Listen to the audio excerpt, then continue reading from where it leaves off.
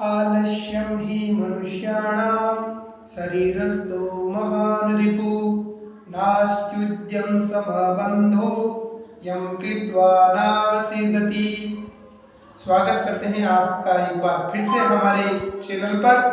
मैं राजेंद्र प्रसाद शर्मा। हम पढ़ रहे थे संधि और संधि में हम पढ़ चुके थे सबसे पहले व्यंजन संधि में सबसे पहली संधि पढ़ चुके थे जिसका नाम था सचुत्व संधि, जिसकी हम पहचान पर आए हुए थे। जुड़े हुए शब्द में सचुत्व संधि की क्या पहचान होगी, तो एक बार फिर से थोड़ा सा रिवीजन कर लेते हैं। सूत्र था स्तो सचुनाश्चु, अर्थात स या फिर त वर्ग त थ ध ध न। इसके बाद यदि स कौन सा तालव्य और च वर्ग का कोई वर्ण आता है तो जो दंतव्य स है वो तालव्य स में बदल जाएगा और जो त वर्ग है क्रमशः वो च वर्ग में बदल जाएगा। ये ऊपर जो है वो तो है प्लस अर्थात संधि विच्छेद, और हम जुड़े हुए शब्द की बात कर रहे हैं तो इनमें से कोई एक तो पीछे रहेगा और जुड़े हुए शब्द में आगे वाले वर्णों का भी ये हो जाएगा। अर्थात क्या दिखाई देगा, शब्द के मध्य छेद में से, शब्द के मध्य छेद में से जब शब्द के मध्य कौन सा स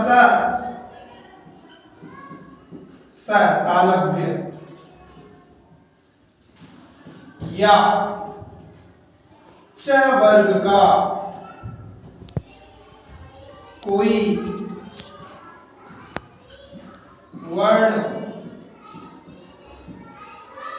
वर्ण के बाद,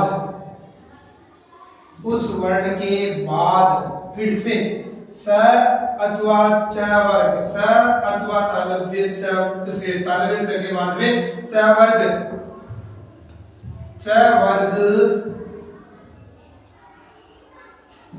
के बाद फिर से वही दिखाई देंगे सेम के बाद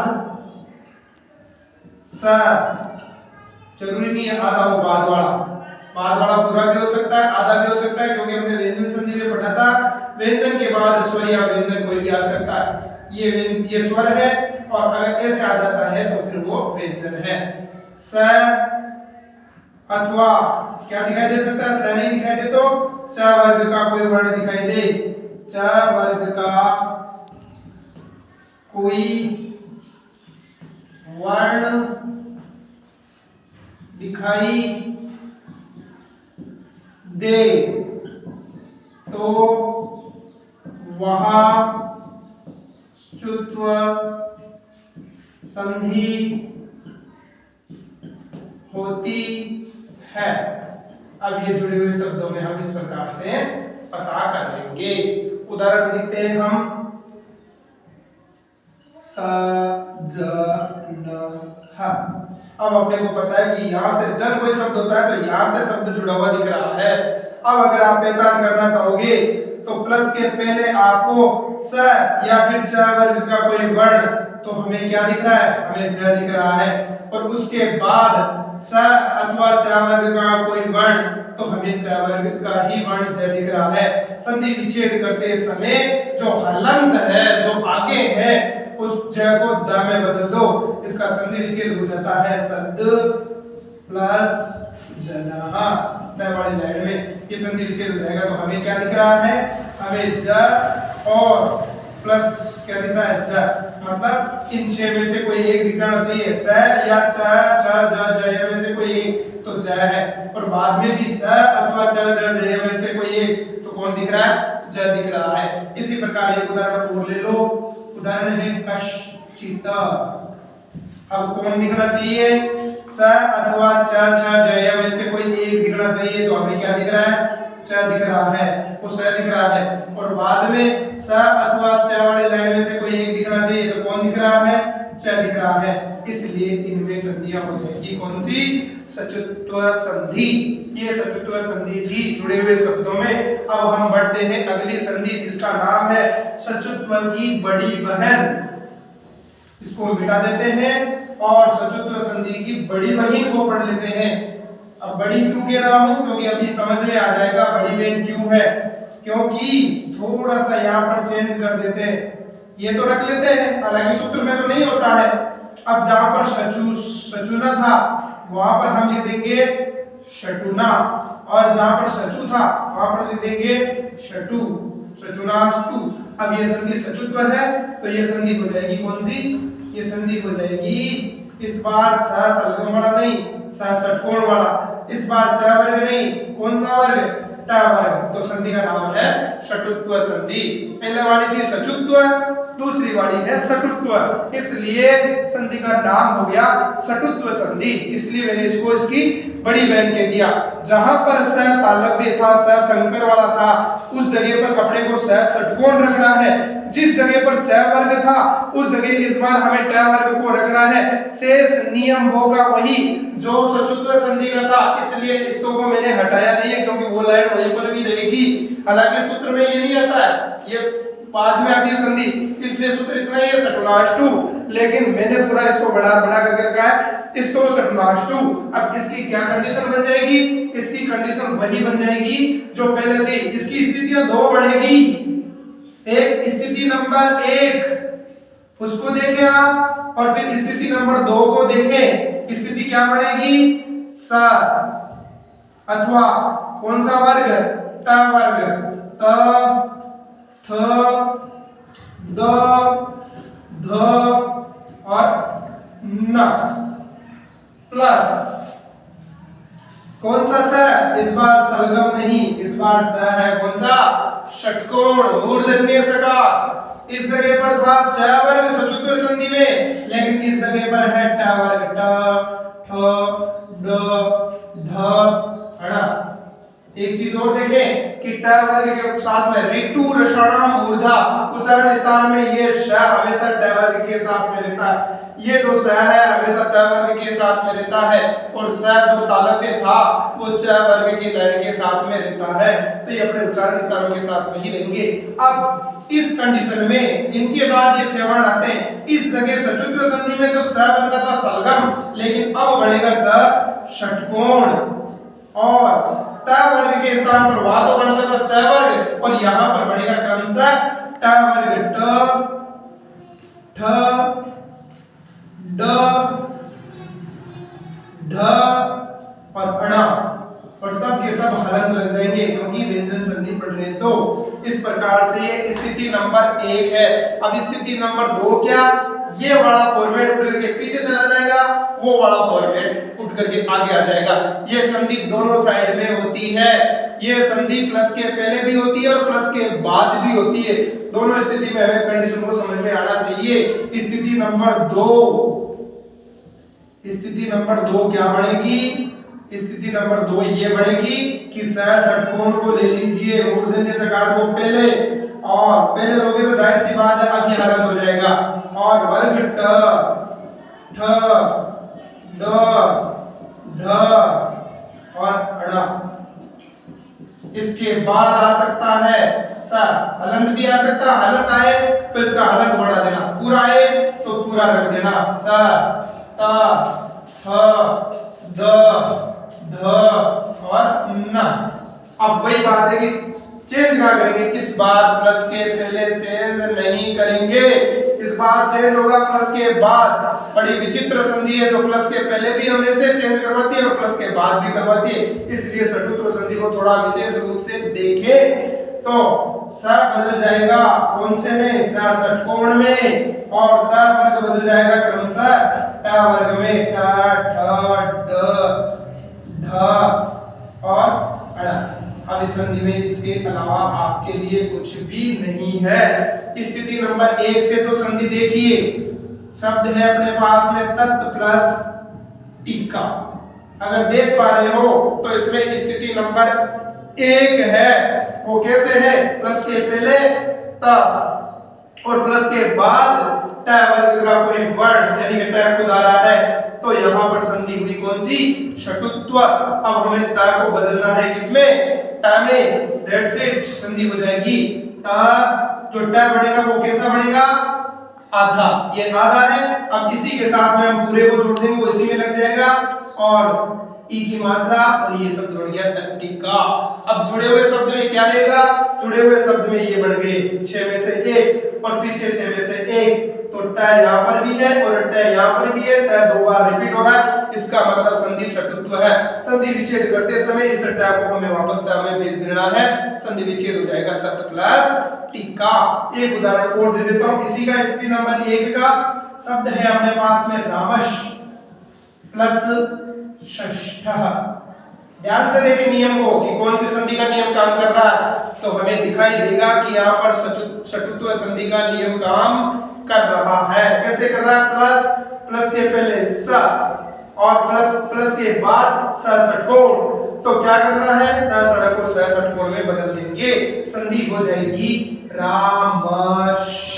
ये आधा है तो ये भी आधा, और षष्ठ को हे जैसे का जैसा जोड़ दो तो संधि हो जाएगी रामषष्ठ। अब देख पा रहे हो तो इन 6 में से कोई एक जुड़े हुए में तो स षटकोण का है, इन 6 में से कोई एक तो यहाँ भी स षटकोण का है, अर्थात संधि है कौन सी? षटुत्व। नियम नंबर 1, स्थिति नंबर, संधि विच्छेद करते समय स षटकोण को किसमें बदल दो? स षटक में बदल दो। That's it. ये तो नियम नंबर स्थिति नंबर 1 के उदाहरण थे। अब स्थिति नंबर 2 के उदाहरण में आपको बताता हूँ, इनको मिटा देता हूँ। इनको मिटाने के बाद आप उदाहरण को देखिए। एक शब्द तो आपके पास में कुछ ऐसा लिखा होता है, कृष्ण प्लस न।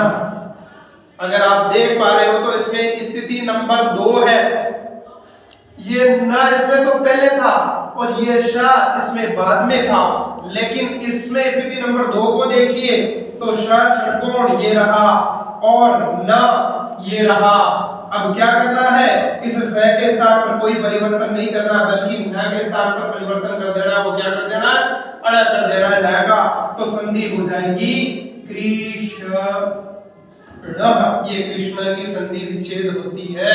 इस प्रकार से कितना तगड़ा शब्द है, इसलिए हम क्या सोचते हैं, हम इसमें संधि कर देते हैं, नहीं, इसमें संधि होगी। अब वही बात पहचान करने के लिए ये तो 6 रहेंगे, इनमें से बाद वाले रहेंगे, तो कौन आ रहा है? ष षटकोण आ रहा है और बाद में अण आ रहा है। संधि विच्छेद करते समय अण को बदलना और किसमें बदलना है? न में बदलना है। एक उदाहरण और दिखाता हूं आपको, ऐसा ही बड़ा तगड़ा उदाहरण है, राश प्लस त्रम। कौन सी संधि है? आराम से देखे तो पता चलेगा आपको, इसमें षटुत्व संधि है। कैसे? स षटकोण प्लस के बाद श नहीं है, त थ द ध न में से कोई है क्या? है क्या? दिख रहा है? जी हाँ, बिल्कुल है। कौन है? त्र के टुकड़े करोगे तो त्र के टुकड़े होंगे त प्लस र से मिलकर के त्र बनता है, तो आगे कौन है? त है, और त यहाँ पर दिया हुआ है। त को किस में बदल देंगे? ट में। अब जोड़ते हैं, बस कुछ नहीं करना है। इस त के स्थान पर त कैसा है? त कैसा? आधा, तो ट भी आधा बना दो। ये रा, ये स आधा है तो स को भी आधा लिखो, डंडा हट जाएगा। अब त बदलेगा किसमें? ट में। पर त तो आधा है, अब ट को आधा कैसे लिखे? ट को आधा लिखेंगे नीचे हलंत लगा करके, नीचे हलंत लगा दिया और इसी के अंदर हमें मात्रा लगानी है किसकी? र की, और फिर हमें इसमें जोड़ना है कि क्या? म। र की मात्रा नहीं, आधा ये र जोड़ना है इसके साथ में। तो ये राष्ट्रम शब्द बड़ा बड़ा तगड़ा शब्द है, देखिए तो ध्यान से, और शब्द भी दिख रहा है हमें, षटुत्व। कौन सी संधि है? षटुत्व संधि। जब संधि विच्छेद करते हो तो स षटकोण नहीं बदलेगा, हम स षटकोण को स षटक में बदल दे, गलती हो जाएगी। ऐसा कोई राष्ट्र शब्द नहीं होता, ये होगा ट को बदलना है हमें। ट को किसमें बदलना है? ट में। इस प्रकार से बड़ी टफ संधि है, थोड़ी प्रैक्टिस करें, लिखे, उदाहरणों के साथ में देखें, समझ में आ जाएगी। और उदाहरण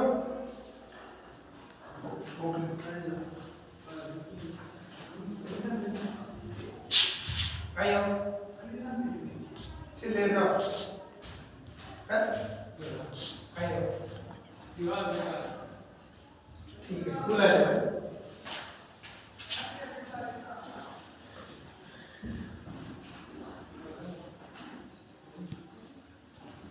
इसके बाद इसकी पहचान को देख लेते हैं। तो पहचान मेरी आपके सामने भी लिखी हुई तो थी, फिर से लिख देते हैं। पहचान बनेगी जब शब्द के मध्य क्या दिखाई देगा, स, कौन सा, मूर्धन्य स अथवा ट वर्ग के बाद श या ट वर्ग दिखाई दे तो वहां षटुत्व संधि होती है। ये संधि की रहेगी पहचान। उदाहरण देख देते हैं इसका। वही रामश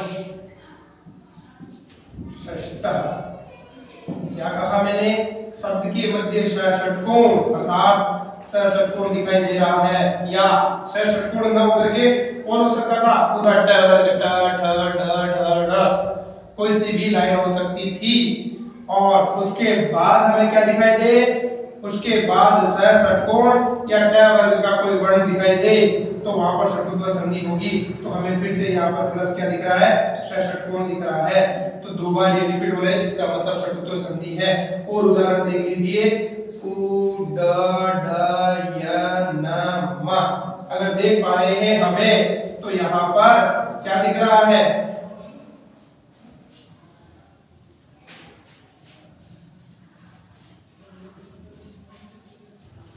उद्दयनम।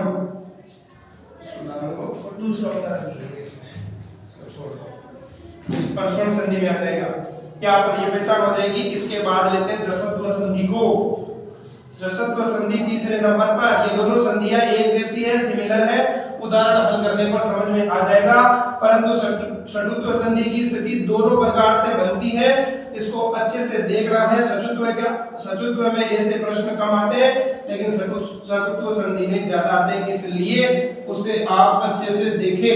इसके बाद संधि आएगी, वो है जसत्व। नाम से ही पता चल रहा है, ज अर्थात अपनी लाइन का ये कौन सा वर्ण है, ये अपनी लाइन का तीसरा वर्ण है।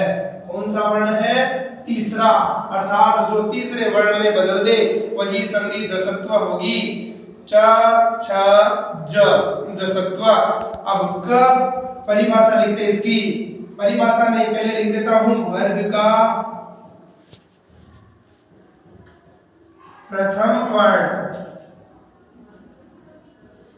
प्लस घोष वर्ण। घोष कौन, वर्ग का तीसरा, चौथा, पांचवा, य र ल व ह और सारे के सारे स्वर, ये होते हैं घोष वर्ण। अब वर्ग का प्रथम वर्ण कौन, क च ट त और प। ये क च ट त प वर्ग का प्रथम वर्ण है। तो इस स्थिति में वर्ग का प्रथम वर्ण अपने ही वर्ग के कौन से वर्ण में बदल जाएगा, कौन से वर्ण में, ज अपने ही वर्ग के तीसरे वर्ण में बदल जाएगा, क्योंकि संधि का नाम भी तो जसत्व है।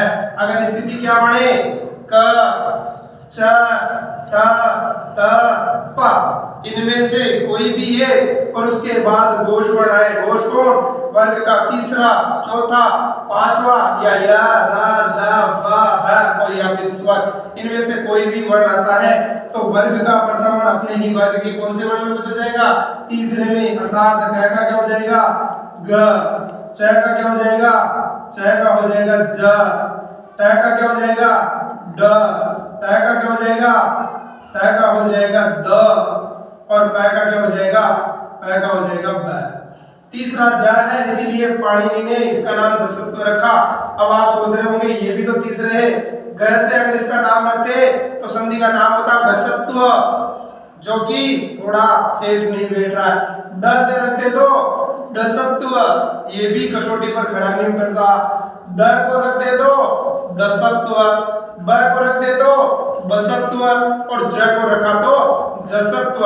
पाणिनि ने सब सोचा अच्छे से कि संधि का नाम क्या दूं, तो फिर उन्होंने नाम दिया जसत्व संधि, क्योंकि ज उसकी लाइन का तीसरा तो है, परंतु से थोड़ा सा नाम थोड़ा एक गशत्व बोले दशत्व बोले, उसकी वजह सुंदर कौन सा जसत्व है, तो वर्ग के तीसरे वर्ण में बदल जाएगा। अगर आप इसको पूरे को उड़ा दे तो भी कोई दिक्कत वाली बात नहीं है, इसको पूरे को उड़ा दो बस ये स्थितियां रह जाएगी। मतलब वर्ग का प्रथम वर्ण ये प्लस घोष वर्ण है, उसके बाद वर्ग के प्रथम वर्ण के बाद कोई घोष वर्ण आता है तो वर्ग का प्रथम वर्ण अपने वर्ग के तीसरे वर्ण में बदल जाएगा। अब मैं लिख देता हूं इसकी परिभाषा जसत्व संधि की। तो परिभाषा क्या होगी, ये प्रथम वर्ण वहां पर कुछ दिए हुए होंगे, अगर आप देखेंगे तो ज ब ग ड द श उस सूत्र में आपको मिलेंगे, वहां जबगढ़ दस है और क च ट त प ख प च ट त च ट त वहां पर देखेंगे उस सूत्र के अंदर आते हैं ये। तो परिभाषा लिखेंगे वर्ग के प्रथम वर्ण के बाद यदि कोई घोष वर्ण आता है तो वर्ग का प्रथम वर्ण अपने ही वर्ग के तीसरे वर्ण में बदल जाता है। That's it। ये नियम नंबर 1, 2 नियम है इसके। वर्ग के प्रथम वर्ण के बाद फिर से लिख दूं, वर्ग का प्रथम वर्ण क अपनी लाइन का प्रथम है, फिर च अपनी लाइन का प्रथम है, ट अपनी लाइन का प्रथम है, त अपनी लाइन का प्रथम है और प अपनी लाइन का प्रथम है। बाकी ये अपनी लाइन का प्रथम तो है लेकिन वो वर्ग नहीं है, स अपनी लाइन का प्रथम है लेकिन वर्ग नहीं है। इसके बाद कौन आए, तो बाद में आ सकता है कोई घोष वर्ण आता है तो वर्ग का प्रथम वर्ण अपने ही वर्ग के खुद की लाइन के तीसरे में बदलेगा। किसमें, ग में, किसमें, ज में, किसमें, ड में, किसमें, द में और किसमें, ब में बदल जाएंगे। अब इसके बाद इसके उदाहरणों को हल कर लो, कहीं कोई दिक्कत नहीं आएगी। उदाहरण के लिए है जगत प्लस ईशः। यदि देख पा रहे हो तो वर्ग का प्रथम वर्ण है और उसके बाद आने वाला ई एक किस प्रकार का वर्ण है, घोष वर्ण है, तो वर्ग का प्रथम वर्ण अपने ही वर्ग के तीसरे में बदल जाएगा। तो क्या बन जाएगा, ज ग त का द आता है लेकिन मात्रा इसको पूरा कर देगी ई की बड़ी मात्रा और श शब्द हो गया जगदीश। कैसे पता लगाओगे जुड़े हुए में कि इसमें जसत्व संधि है, जहां से शब्द वर्ण जुड़ रहा है वो होगा कौन सा, तीसरा, अर्थात ज ग द ये तीसरा है और इसके जस्ट बाद में आने वाला वर्ण कैसा वर्ण होगा, वो वर्ण होगा कैसा, घोष वर्ण। संधि विच्छेद करते समय केवल तीसरे वर्ण को अपने ही वर्ग के पहले वर्ण में बदल दो, द का द कर देना, संधि विच्छेद हो जाएगा जगत प्लस ईशः। समझ में आ गया होगा। और उदाहरण ले लेते हैं, उदाहरण है दिक् प्लस गजः। क्या आपको यहाँ पर दिख रहा है कि इसमें जसत्व संधि है, तो बिल्कुल जसत्व संधि है, क्योंकि यह हमें वर्ग का प्रथम वर्ण दिख रहा है और बाद में ग आ रहा है जो एक घोष वर्ण है, कौन सा, अपने वर्ग का तीसरा, और तीसरा घोष वर्ण में आता है। तो क को किस में बदल देंगे, क को ग में बदल देंगे। ई और क आधा है तो ग भी कैसा होगा, आधा, लेकिन डंडे वाले वर्णों का डंडा हट जाता है और पीछे का गजह है जैसे का जैसा जोड़ दो। अब इस वर्ण को देखकर कैसे पता लगाए कि इसमें संधि जसत्व है, देखें जो जुड़ा हुआ वर्ण है वो तीसरा होना चाहिए और उसके बाद आने वाला कोई घोष वर्ण होना चाहिए, तो संधि हो जाएगी जसत्व। तो यहाँ पर ग है, संधि विच्छेद करते समय ग को वापस तीसरे को पहले में बदल दो तो संधि विच्छेद हो जाएगा दिक् प्लस गजः। और उदाहरण 2 का आपको उदाहरण है सुप प्लस अंतः। यदि आप देख पा रहे हो तो यहाँ पर वर्ग का प्रथम वर्ण है और एक किस प्रकार का वर्ण है, स्वर के अंदर आता है और स्वर को कौन सा वर्ण माना गया, घोष वर्ण माना गया है। पै को किस में बदल देंगे, पै को ब में बदल देंगे।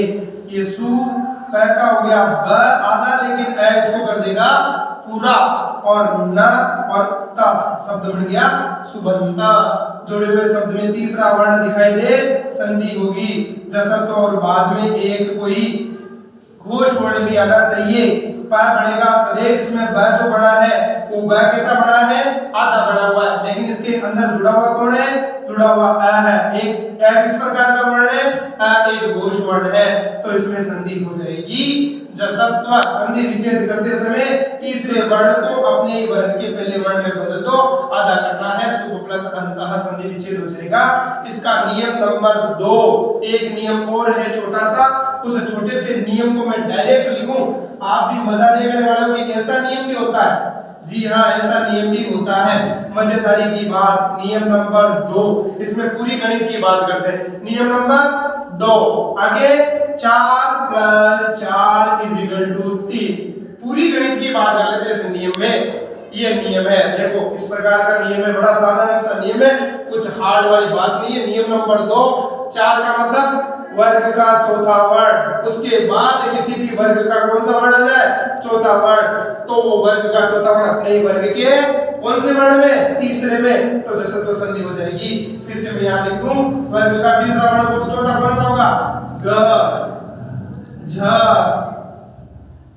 और ढ ध और ये कौन सा हो जाएगा, भ। इसके बाद यही वापस आने वाले हैं, ग झ ढ ध या फिर भ, क्योंकि चौथा प्लस का लगा है, प्लस ये है यहाँ पर प्लस, ये चौथा है, चौथे के बाद कौन सा आ रहा है, चौथे के बाद चौथा आ रहा है, तो चौथा अपने ही वर्ग के तीसरे में किसमें बदल जाएगा, ग में, किसमें बदल जाएगा, ज में, किसमें बदल जाएगा, ड में, किसमें बदल जाएगा, ध में, और किसमें बदल जाएगा, ब में बदल जाएगा। उदाहरण देखिए इसका, इसका उदाहरण है दू घ प्लस धम।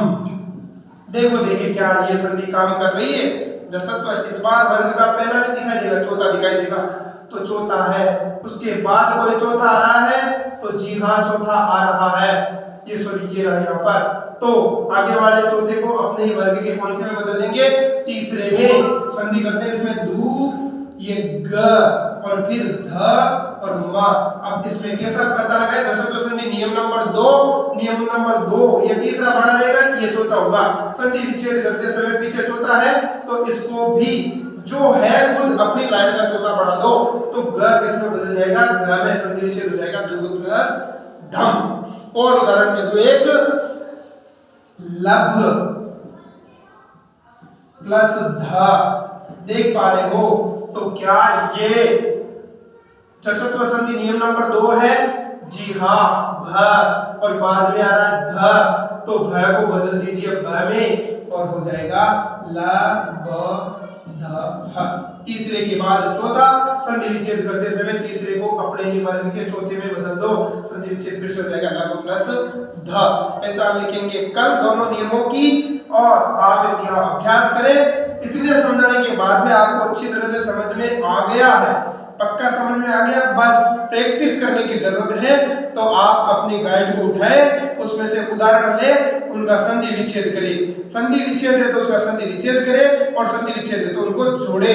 धन्यवाद, पेज के साथ बने रहें और ज्यादा से ज्यादा आप इनको समय दें। मेरी जो मेहनत है वो अगर आप तक पहुंचती है, उसका आपको लाभ होता है, तो मुझे भी खुशी मिलेगी। धन्यवाद।